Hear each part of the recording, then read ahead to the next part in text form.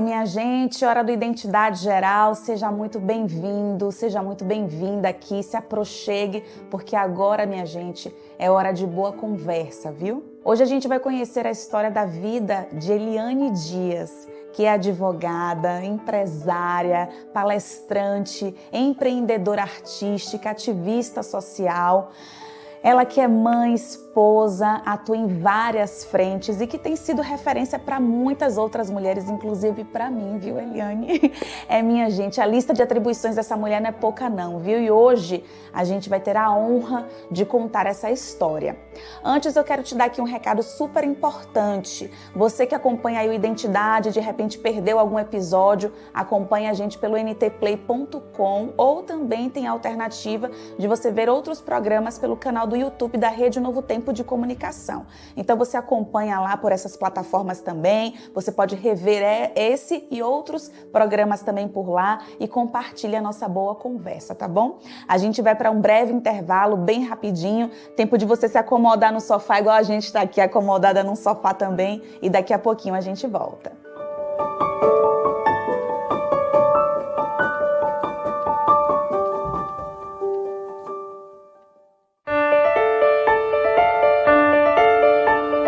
Agora a identidade começa para valer, viu? Hoje é com a participação de Eliane Dias, que tem uma lista vasta de atribuições, de projetos.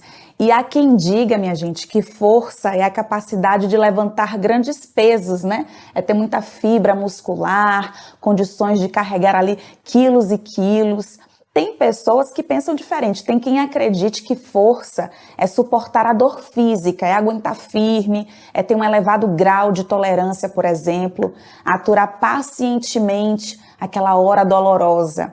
A gente tem que falar também da dor emocional. Muitas pessoas chamam de força a capacidade de aguentar, sabe o quê? O sofrimento, a agonia, o rasgar da alma, o fervilhar do sangue nas veias diante de uma circunstância difícil, adversa, sofrida, e por aí vai. Muitas são as formas de encarar a força, de conceituá-la ou até mesmo de aplicá-la. Só que com a convidada de hoje eu descobri que a força também é a palavra, o verbo, a ação. Foi pela palavra determinada, eu vou ser, que ela se tornou a mulher que é hoje. Eu vou ler, eu vou ser uma advogada, eu vou ser livre. E aí você já imagina, né? Ela se tornou essa potência, o que ela determinou, ela se tornou. E eu estou extremamente feliz de conhecer a sua história, de te conhecer pessoalmente. Ai, meu Deus, tô me segurando aqui, viu, minha gente, para não ficar tietando. Que honra, que alegria. Muito obrigada por você nos receber, viu? Aqui no seu sofazinho, no seu cantinho, para falar da sua história. Eu que agradeço, estou muito feliz com a sua presença aqui, uma surpresa boa, uma grata surpresa. Eu agradeço a Novo Tempo também por me permitir esse espaço, essa interação. E vamos dar o nosso melhor aqui, né? Ai, com certeza, vai ser muito legal. E a gente falou aqui sobre a palavra, né? E a gente não pode banalizar, né? Na vida, no dia a dia, na prática, não é você falar assim, eu vou ser que a gente é. A gente sabe que existem outros elementos aí no pano de fundo para que, de fato, aquilo que você determinou, aquilo se torne real na sua vida. Sim. E você disse que queria ser advogada, que queria ser uma mulher livre, mas quais foram os outros elementos que te possibilitaram concluir, né, e chegar a esse ponto que você tinha determinado antes? Os outros elementos foram eu refletir sobre o que me levaria até lá, né? E também refletir sobre o que poderiam me impedir de chegar, né? Então, essas foram as duas reflexões. Eu preciso saber o que eu tenho que fazer e eu preciso saber o que eu não devo fazer. A palavra de uma mulher da periferia também tem um outro peso, né? Sim. A gente precisa dar honra àquela palavra ali, diante Sim. de todo um sistema, diante de tanto vento contrário, para impedir a nossa chegada para frente, a nossa palavra também tem um peso diferenciado, né? Ah, sim, ainda mais sendo da periferia. Sendo da periferia, você deu sua palavra, você deu sua palavra. Você falou que você vai fazer, você vai fazer. Eu sei que um livro também influenciou muito a sua vida, né? Que você, Sim, pequenininha, queria ler, pegou um livro, mas que palavras são essas? O sim, que é isso? E te disseram, mas aí é só para uma isso, advogada que vai conseguir ler. E isso. aí, conta um pouquinho pra gente essa experiência. E então eu tinha 9 anos de idade quando eu achei um livro da Carolina Maria de Jesus no lixo, eu tinha ido E já buscar. foi um livrão, hein? É, pois é, né? Há mais de 40 anos, assim, né? Uma Fico me coisa perguntando assim. como alguém pode ter jogado o livro dela no lixo. Mas a coisa realmente acontece. Eu nem sabia da importância desse livro até 5 anos, assim. Eu nem sabia da importância do livro de Carolina Maria de Jesus. Eu não sabia dessa importância. Eu só sei que eu vinha com a minha irmã e o seu Juca, que Deus o tenha, em bom lugar. E a gente foi na carroça, a gente ia na carroça e voltava de a pé, porque a carroça voltava com comida para os porcos. E a gente vinha na rua sempre andando, conversando, brincando, olhando o lixo, que era muito natural a gente olhar o lixo, né? Era muito natural a gente ver se tinha alguma coisa no lixo. Até hoje tem muita criança que procura coisa no lixo. E o lixo não era, era um lixo, sei lá, era natural procurar coisa no lixo, né? Tinha uma fábrica que despejava chocolate numa rua próximo da nossa casa. E a criançada inteira, não só eu, mas todas as crianças iam nesse lixo buscar pegar chocolate. Então era uma coisa muito natural.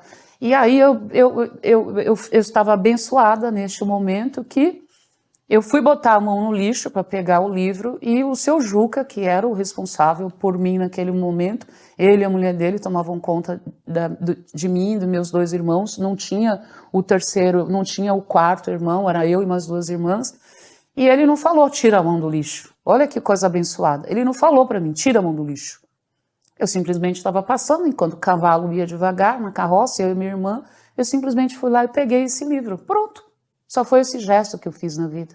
Fui lá e peguei esse livro e ele não falou para eu não pegar. E eu levei esse livro para casa e a Dona Maria, a analfabeta, que Deus a tenha, a mulher do seu Juca, porque toda mulher tinha um dono, é a mulher do seu Juca. A Dona Maria do seu Juca. Então, a Dona Maria do seu Juca tomava conta de mim e das minhas 2 irmãs. E aí eu falei para ela, eu quero entender as palavras. Eu com 9 anos não sabia ler ainda, porque eu faço aniversário em julho. E aí eu não tinha como entrar na escola com 7 anos completos. E aí depois eu completei 7 anos e eu não entrei na escola, porque a minha mãe foi de um lugar para o outro. Então aos 9 anos eu não sabia ler ainda, né? E aí eu falei, eu quero entender as palavras, Dona Maria. Aí Dona Maria falou, eu ouvi dizer que quem entende as palavras são os advogados, porque ela era analfabeta. E ela era Dona Maria do seu Juca, branquinha, bem submissa, baixinha, do cabelo preso assim para trás, E aí sabe? foi ali que a advogada nasceu. Nasceu naquele momento que eu falei, então eu quero entender as palavras, eu quero ser advogada.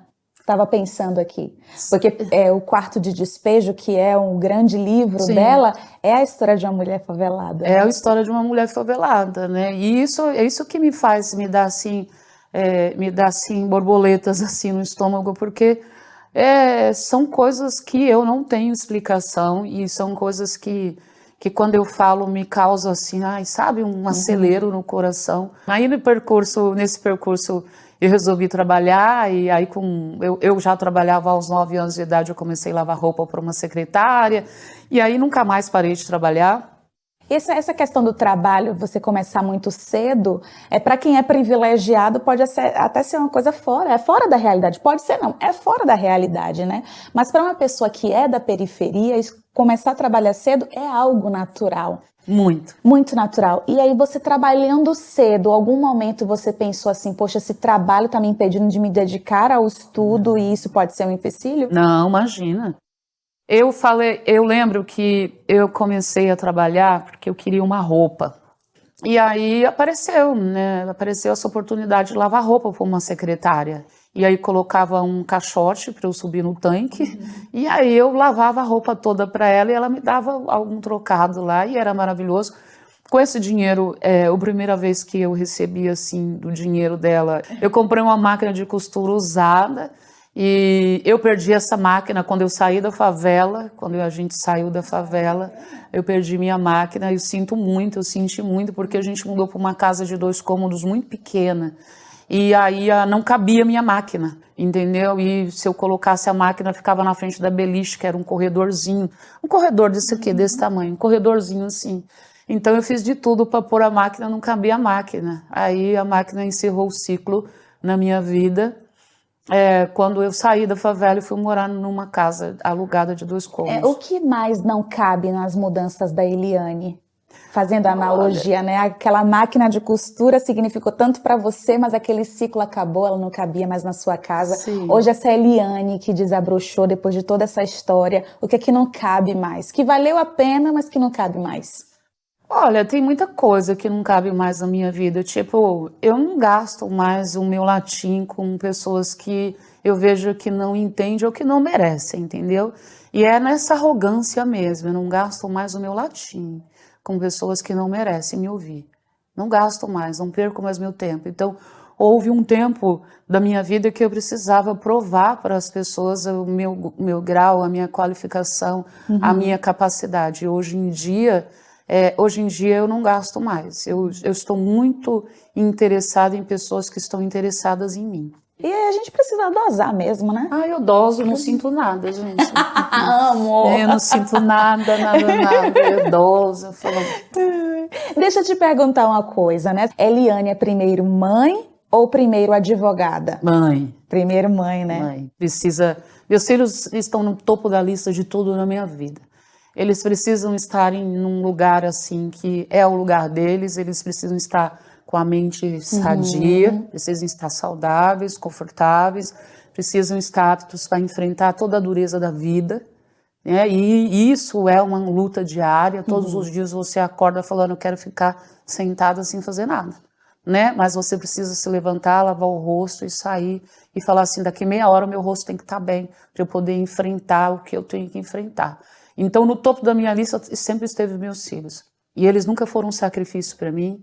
E eu abri mão de muita coisa. E eu aguentei e aguento muita coisa por causa dos meus filhos. Mas quando eu olho para eles, eu vejo que vale a pena e que está tudo bem. E que está tudo bem, porque se eles não estivessem bem, não adiantaria eu fazer outras coisas, X, Y, Z, e olhar para o lado e ver a infelicidade deles, porque mesmo assim eu não estaria feliz. Entendeu? Eu não estaria feliz.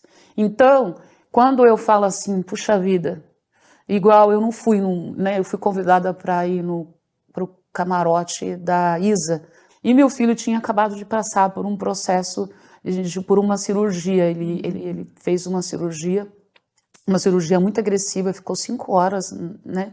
E eu estava lá com ele, assim, ele estava no 3º dia, assim, o camarote ia ser no 3º dia que ele estava, assim, se recuperando da cirurgia. E eu não fui. E eu não me arrependo de não ter ido, porque não adiantava eu pegar um avião, ir lá, passar uma noite no camarote da Isa e saber que o meu filho poderia precisar, sei lá, de um copo de água, precisar de um remédio, qualquer coisa, ele estaria sozinho no apartamento dele. Entendeu? Então são essas coisas que a gente tem que abrir mão. Se eu vou receber de novo o convite, não sei. Mas valeu a pena eu não ir para ficar com meu filho. Sim. Valeu a pena. Isso porque ele já é um homem, mora sozinho. Eu ficava dormindo no sofá da sala dele. Ai, sofá ruim, meu Deus. Olha aí, já fica a dica para dar um presente pro filhote. Ai, sofá ruim. Bora fazer uma pausinha, a gente vai ter que dar aquele intervalo, um momento triste, né? Na verdade não é um momento triste não, porque daqui a pouquinho tem mais e aí você pode ficar aqui ligadinho com a gente no Identidade Geral. Daqui a pouquinho a gente retoma a conversa com a Eliane Dias e eu tenho certeza que você ainda vai poder desfrutar de ótimas conversas, grandes lições e se divertir bastante aqui com a gente. A gente volta daqui a pouquinho.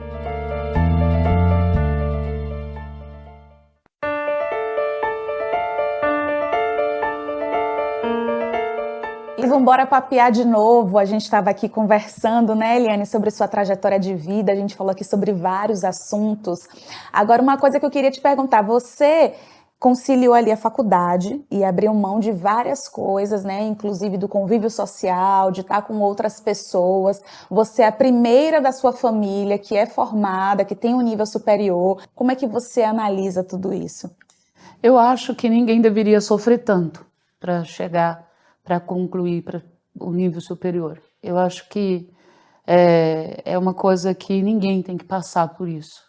Para mim foi muito difícil, foi uma luta sozinha, solitária. Quando eu terminei o ensino médio, que era até a 8ª série, e hoje é até o 9º ano, mas era até a 8ª série, a minha mãe fez uma formatura bonita para mim, me deu um anel que ela tinha recebido como pagamento, um anel de ouro que ela tinha recebido como pagamento de uma patroa dela, e isso é até proibido por lei, né? Você não pode receber, você tem que receber em pecúnia, né? Você não pode receber um objeto como pagamento. E ela me deu esse anel de ouro de presente, de formatura, mandou fazer um vestido branco para mim, lindo, salto alto. Meu tio foi comigo, para representando meu pai, meu tio João, que Deus o tenha em bom lugar. E foi aquela coisa linda, maravilhosa. E a minha mãe falou para mim assim: eu vim com você até aqui. Se você quiser seguir estudando daqui para frente, você tem que se virar sozinha. E até, acho que foi o ano passado, eu perguntei para minha mãe assim: mãe, você não tinha dó não, né, de falar para uma pessoa de 14 anos que ela tinha que se virar sozinha se quisesse estudar? E a minha mãe falou assim: mas eu não tinha condições, o que eu tinha condições eu fiz, até a 8ª série. Da 8ª série, se você quisesse estudar, você tinha que batalhar sozinha. E eu batalhei mesmo, né, eu sou de humanas, e o meu professor falou assim, que eu não ia passar na prova dele, que eu não ia sair do primeiro colegial, bem cruel, ele bem cruel, assim. E ele falou para mim isso: você não vai sair dessa escola, você não vai passar em química, você não vai passar em química, você não tem condições de passar em química, sua gente não passa em química. E eu acho que a partir dali, daquele momento, eu entendi que, né, por isso que eu sou advogada, porque eu sei que às vezes não é você ter o entendimento, mas é o esforço sobre-humano que você faz sobre a coisa, né? A disciplina que você coloca ali. E aí, ao longo do tempo, você já trabalhou no SOS Racismo, Preta, Preta, Pretinha, tem um outro projeto também que você foi da Plano de Menina, né? Você também participou. Esse Plano de Menina, inclusive, me toca muito, porque eu acho bonito quando a gente passa por um processo, consegue abrir uma porta e escancar essa porta para que outras pessoas entrem também. E esse projeto tem muito com isso, né? Eu fiz muitas coisas. O Preta, Preta, Pretinha era um grupo, na verdade, né? A gente conversava. Agora, o Plano de Menina, não. O Plano de Menina, eu introduzi, assim, com a Vivi, né? A Vivi tinha essa ideia, mas ela não tinha como entrar na periferia, e eu coloquei esse plano de menina dentro da periferia. Então, são grandes chefes executivas, que elas tiram 4 horas, né, assim, por semana do seu sábado para ficar com as meninas. E é incrível, é bem incrível, porque mostra para as meninas um outro lugar, né, que elas podem ser o que elas quiserem, desde que elas foquem nisso, né, desde que não tem uma gravidez pelo caminho, desde que ela busque caminhos alternativos. Não consigo fazer em inglês numa escola particular, faz inglês que está gratuito lá no Google. Não consigo uma roupa de marca para usar, vai comprar no brechó, entendeu? Preciso de uma roupa de marca, então vai no brechó, compra no brechó. Desde que ela entenda o que é relacionamento abusivo, que acaba com o seu psicológico e a sua autoestima, e autoestima é tudo. É por isso que é muito importante a gente dizer para a filha, para o filho, o quanto ele é lindo, o quanto ela é linda, o quanto ela é perfeita, o quanto ela é maravilhosa, o quanto ela é inteligente, valorizar suas vitórias, suas conquistas, mesmo que seja passar uma noite inteira estudando, entendeu? Então, o Plano de Menina, ele faz isso, né? Então, foi bem legal. Tem o Bug e agora Bug Week, né, que você está envolvida. Conta aí pra gente um pouquinho. Bug Week é uma semana de cultura preta, onde a gente contempla todos os artistas e profissionais e todo mundo, tudo que envolve a cultura, com muito carinho, com muito respeito, com muito amor. Então, a gente não premia, a premissa do Bug Week, desse festival, não é falar sobre racismo, então a gente não fala sobre a questão do racismo, mas a gente traz todo mundo preto ali. É importante a gente mostrar que existem jornalistas pretos e pretas, é importante a gente mostrar que existem médicos, que é importante mostrar que tem professores, palestrantes, filósofos, escritores. É importante mostrar que tem atores, cantores, atrizes, entendeu? É importante a gente mostrar aonde está a cultura. É importante a gente premiar os griots, que são os mais velhos, que passam essa cultura. A princípio ela era passada de forma oral, né? E agora ela é passada, agora sim tem pessoas que escrevem, pessoas que filmam, né? Mas é importante a gente premiar os griots, falar sobre os griots, valorizar as mulheres mais velhas, os homens mais velhos, mas com muito carinho, com muito respeito, procurando remunerar, pagar todo mundo, dar um camarim decente, tratar a pessoa com carinho. Essas coisas que a gente não tem nas grandes empresas, né? Essas coisas que as grandes empresas, quando levam a gente para trabalhar, tratam a gente com desrespeito, né? Quando você vai numa grande emissora de TV e a emissora de TV ela não te trata com devido respeito, quando você está num grande festival e o festival não te trata com devido respeito, então isso a gente dá para a pessoa que está lá com a gente, né? A gente filma com carinho, a gente coloca num palco bonito, a gente trata com respeito, porque a gente já cansou de apanhar, né? Eliane, o tempo já voou, né? Eu queria encerrar aqui essa entrevista te perguntando o seguinte: a gente fala muito hoje em dia sobre o vitimismo e a gente também fala muito sobre a gente ser forte. E foi a reflexão que a gente fez no começo do programa. Eu vejo você como uma mulher forte, mas ser humano não é forte o tempo todo, né? Assim como o ser humano também não é frágil o tempo todo. Como é que a gente faz para equilibrar essa balança? Eu vejo você assim, nesse poder, essa potência, mas e aí os momentos de fragilidade? Como resgatar força nesses momentos? Qual é o momento de se desarmar? Qual é o momento de manter a guarda mesmo? Tô procurando. O que eu posso dizer é que eu procuro, assim, esse momento de desarmar, porque eu fui forjada na resistência, né? Eu morei na rua com a minha mãe até 8 meses de idade. Então, tipo, qual é o momento de se desarmar? Eu não sei. Eu não acho que a gente deva lutar o tempo todo. Eu não acho isso certo. Eu já ouvi muita gente falando que eu só queria sair para jantar, eu só queria não sei o quê, não sei o quê. E eu fico falando assim, mas qual é a minha segunda opção? Eu tenho outra opção? Eu tenho a opção de sair daqui do meu escritório desatenta? Eu tenho a opção de entrar num restaurante e ninguém me notar? Porque hoje eu vou num restaurante que eu posso pagar um custo um pouco maior. Eu tenho a opção de entrar num restaurante e ninguém me notar? Né? Eu tenho a opção de andar num transporte hoje, né? num transporte de aplicativo sem estar atenta, né? Porque eu sou uma mulher, porque além da minha cor eu tenho o meu gênero. Qual é a opção? Eu tenho essa opção de, vou relaxar, vou ficar com meu pezinho, tirar meu salto, ficar com meu pezinho tranquilo. Final de semana eu vou entrar na rede social e vou ver só umas roupas, uns sapatos, o filme que eu vou ler. Não, qual é a opção que eu tenho?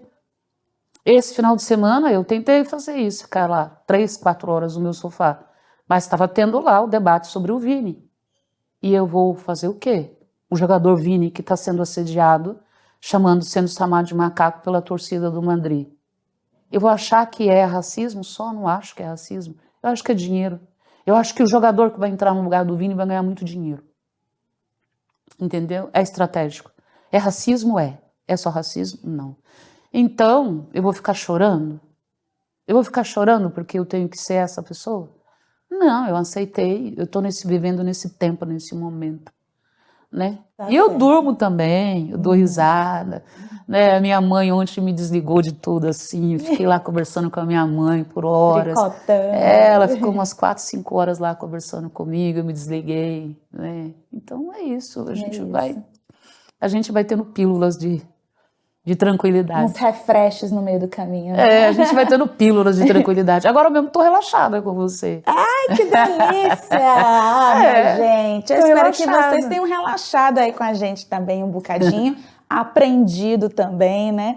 Aprendido bastante com essa conversa. Te agradeço demais, viu? Eu que Ficaria agradeço. aqui, ó, o dia todo. Só vou me embora porque eu não posso ficar tomando muito do seu tempo.